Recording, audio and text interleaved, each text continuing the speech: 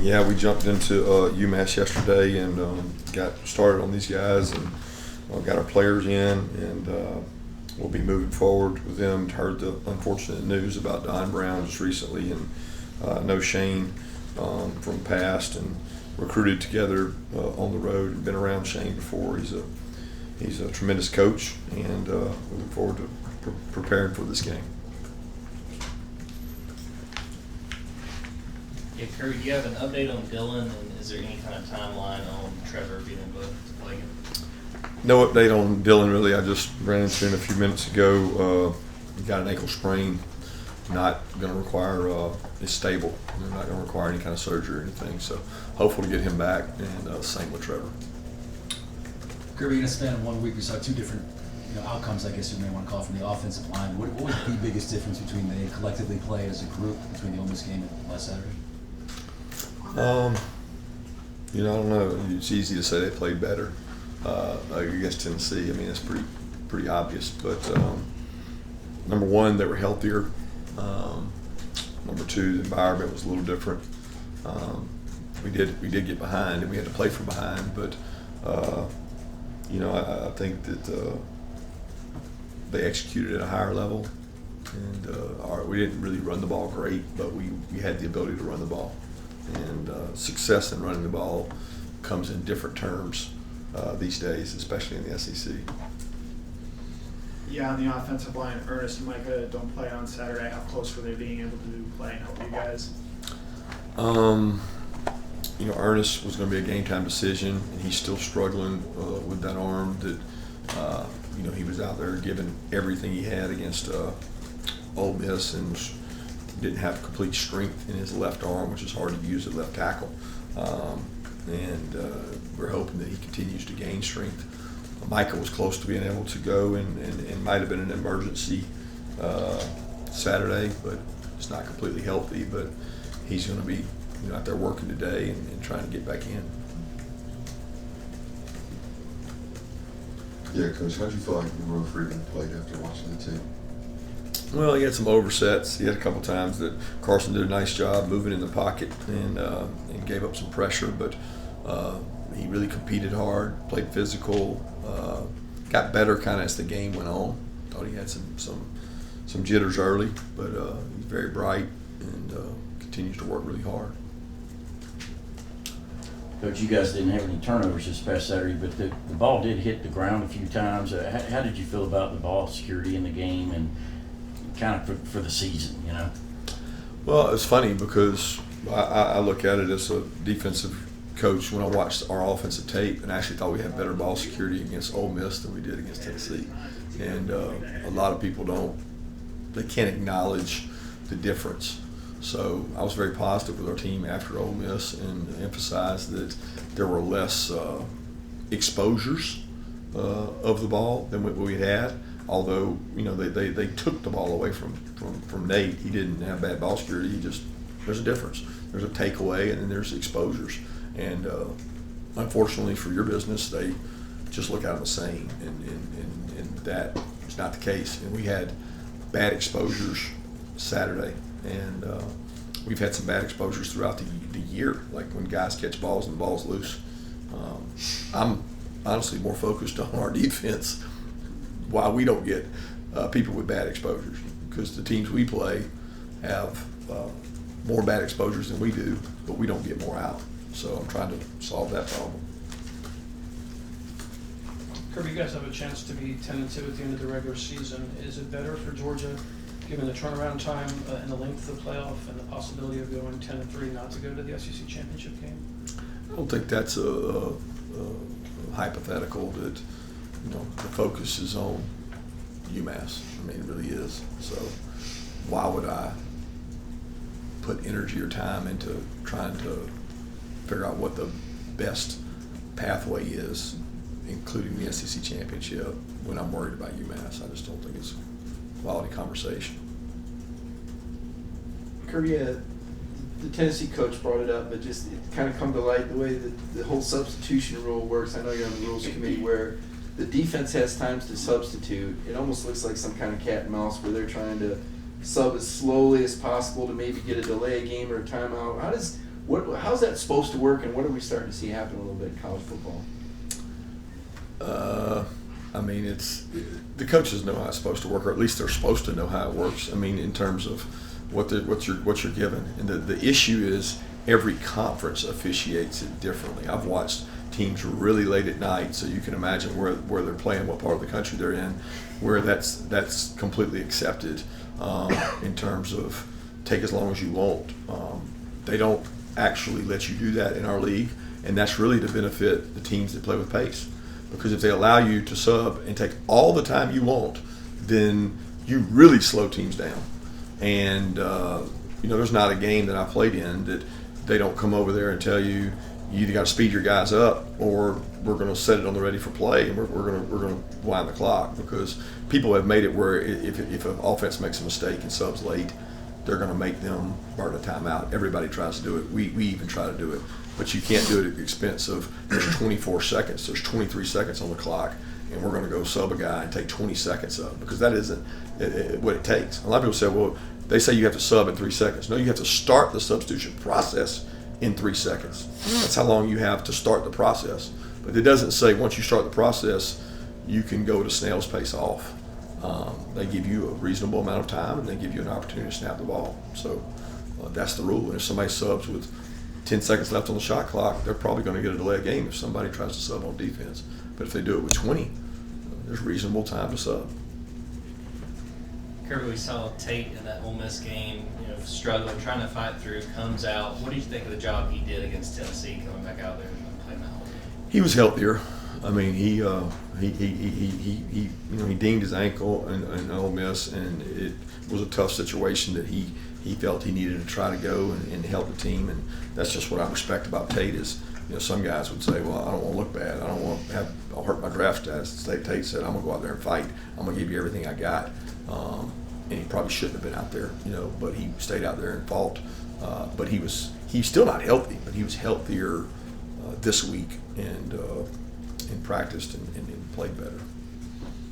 Yeah, Chess Jimlis has 4.5 sacks in his last 3 games. What's allowed him to be that productive in terms of actually getting and taking down the quarterback, and how would you assess he did at fullback on Saturday on that last touchdown for Nate?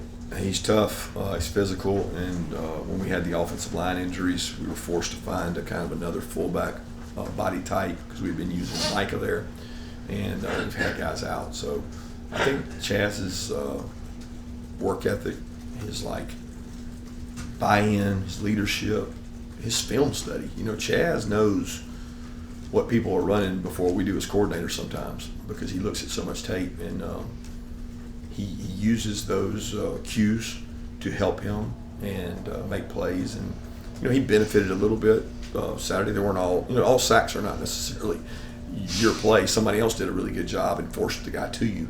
He capitalized on opportunities, and I love the way he's working and playing with toughness. Yeah, to follow up on Tate, how have you seen him handle this year mentally with being out of the lineup? How does he still try to be a leader without being on the field as much during the weekend on Saturdays?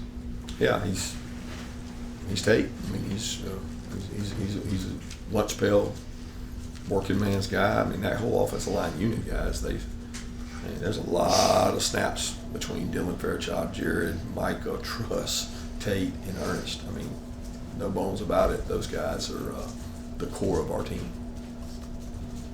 Kirby Carson was kind of joking with us after the Tennessee game that he is a dual threat quarterback. Would you like him to run more? Should he be running more? I don't, I look at it as Carson makes good decisions on when to run. And he's done a great job this year to me. There's nowhere I can say, ooh, man, I wish you'd pulled it down and ran. I can say I wish you'd have thrown it to the check down. But I can't say that you should have pulled it down and ran. I think he makes good decisions on when to do that. And I think our offensive staff does a tremendous job of utilizing his ability to run on certain plays. I mean, that was a designed run on one of those plays. I mean, people think it was a scramble, but there was a scramble for a touchdown, but there was an empty play where he counted the box and knew what we wanted him to do, and he broke tackles. Kirby, Holly Rowe reported Trevor Etienne has fractured ribs. What's the recovery time for that? And I don't think I saw Jonelle Aguero. Was he dealing with something also? Yeah, Jonelle had a pin. So he got injured in the Ole Miss game, but he's available to play. So he had to get I don't know the technical term for it. I don't have it with me, but he got a pin put in his hand, pinky, and was cleared to play, but was going to struggle to play in a club. And so he practiced last week and was available to play. But he didn't get to really use the hand real well. It was a little tender. So he's in the same situation this week, but he's post screw getting put in. So we think he's going to be closer to being able to play. In terms of Trevor, we're hoping to get him back. I mean, what I can tell you, I mean, he's going to have an opportunity. I mean, ribs are a painful injury, right? And I don't actually know if that's the exact term, but he does have rib injury, and we hope to get him back. Kirby, given still those injuries at running back and Dillon, how valuable is kind of game reps for guys like Nitro, some of the Chauncey, maybe Dwight, this next game or two? Every rep's valuable. I mean, today's reps are valuable. Tomorrow's reps are valuable, and guess what? Last week's reps were valuable. I mean, we had guys out there in practice.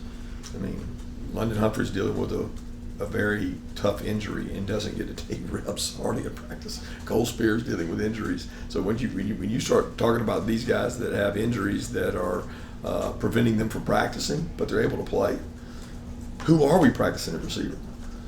Because y'all probably think we're that London and Cole and these guys are taking the reps, and it's been a challenge to be creative in terms of how you practice and how you get guys to the game healthy, but also in shape. Because what's happened at wide receiver is our number of reps have gone up for the guys who are getting the reps in the game. So their volume has had to increase. I would commend Anthony Evans because he actually fought to come back early and took a portion of that rep load off, and he was playing his best football when he got injured. So he had a great off week before Florida. I think it was the week of Florida game when he went down. But all those guys are getting reps and getting better, and I don't necessarily qualify a game rep against UMass or next week's game as any more quality than I do today's reps we're going to get out there. Kirby, to the casual observer, looking out, seeing 3 tight ends on the field, seeing you use 4 tight ends in this past game, was that more of a game plan just for Tennessee, or is that a philosophical change for you guys, or is that just, hey, how they practiced in the week and let's get them out there? No, we have 13 plays every week. I mean, I think people mistake 13 for 12 and 11. We have the same plays in 11, 12, and 13. You're just in a different human beings in the same spot. So the casual observer would think that 13 meant something, but we have 13 in every game plan. When you lose receivers, it does make the 13 more valuable because Boston Lucky might be doing what Dom Lovett does. Dom Lovett might be doing what Dillon Bell does. You're just moving people and trying to put your most valuable players on the field. Coach, throughout this season, so many of the guys have said a key trait of this team is the resiliency. People that watch it, they think of that on game day, but when you go through your process throughout the week, where do you see that resiliency most effective? Yeah, I don't see it necessarily in the week of practice. I see it when things are really adverse, and we have adversity in practice, but not the same adversity in maybe stress levels as a game. So this team's been in some tough situations this year, and they've never cowered it down from those opportunities. They've shown resiliency and they've battled back, and I think they do that because of how we practice. But I don't think they get a chance to show resiliency every day in practice. Coach Daniel Harris came in after Judy had the OPI. That's just a case of Daniel just having been more consistent, I guess, during practice up to that time. Well, Daniel has been playing a lot lately. I don't know if you've been watching, but he's not. That wasn't just the only time. He's played significantly more in recent weeks because he's practiced better. And I thought his practice habits really began to change after Texas during that off week. I thought he stepped it up and had really good practices, and his playing time has increased since then. Kirby, you kind of alluded to this the other night about UMass playing another SEC team. Is that more valuable to you to watch film against those teams because they might have similar outfits to what you guys have? Yeah, they play multiple SEC teams. I think it's good because you get to watch how they played those teams. You know, unfortunately, sometimes those teams don't have the same schemes we do, so it's harder because maybe a Mississippi State is different offensively than we are. But yeah, it helps. It helps when the team they're playing is more similar to you, regardless of what conference they're in. But uniquely, UMass's quarterback's out, and so the guy that played against some of those games, they're using 2-quarterback system now with 2 different guys that aren't on those tapes. So it's a little bit you got to anticipate. Got time for one more question? Sure, we got a 2-parter for you. Michael's stats aren't off the charts, but obviously he's an impactful player. I think he triggered that false start on what would have been a 4th and 5. Can you talk about his performance and also kind of see KJ Bolden all over the place, and what has he done and how has he grown as the years progressed? Yeah, starting with Michael, I thought he had his very best week of practice this entire year last week. And, when you play Tennessee, it's sometimes hard statistically to get that to show because of the way they play. Their passes are really runs. They throw a lot of RPOs. Well, a defensive lineman's not going to affect RPOs because he's playing the run. But Michael had his best practices. And, look, Michael's evaluation is going to come by people that are out there at our practices because he's playing against an NFL-style offense every day at practice. And he had the guy was like running to the ball, covered down extra, stayed after and worked extra. He was committed to getting back in shape, and I thought he had a great week of practice, and I thought he had a really good game too. Second part of that question is KJ. KJ's done a tremendous job he's very intelligent. He understands football. He has great instincts. He's gotten more confident as a player. Last week he had to play strong and free because of the tempo, and he didn't get to play just one position. And he played a lot of snaps for a freshman. And he continues to grow and get better. And I like his humility and the fact that he's a sponge. He's in meetings, he takes notes. He's not a know-it-all. He wants to get better. Thanks, Coach.